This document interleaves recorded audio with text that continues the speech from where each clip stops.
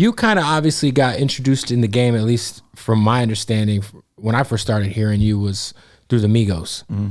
What was your initial introduction with them, being a kid from Canada, being that at that time, the Migos were active out here? Because I lived in Tampa when the Migos started to pop, and them dudes was really out here. They were really out here. Doing mad shows, had their MCM bags on. Fucking shootouts and shit. All kinds of crazy shit was popping off. But how did those two worlds connect? So I just connected with them on Twitter. Like that, I was hitting up everyone on Twitter, Facebook, YouTube. I was just hitting people up. So I just like hit up one of their boys. I was like, yo, play some of my beats for them, and I'm gonna give you some beats to rap on. And at the time, this guy wasn't even rapping. He was like, I'm actually engineering them, so send the pack.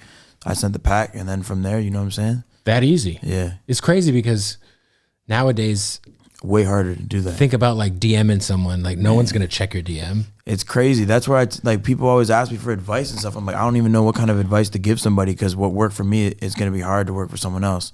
Back in the day, like there wasn't a lot of people trying to be a producer. It wasn't cool to be in music. It was very like unrealistic. So everyone kind of like stayed away from it. So like, but like with the internet and how the internet was working and stuff, I used that to my advantage. Because like I was just a kid from Canada. I'm from a town of 30,000 people. Like, what part of Canada are you from? Like I'm from like Niagara region, so it's like so by Niagara Falls. Yeah, just outside of Niagara Falls. Why you're a Buffalo fan? You know what I'm saying? There we go. So like I grew up on the border of Buffalo in a small town, 30,000 people.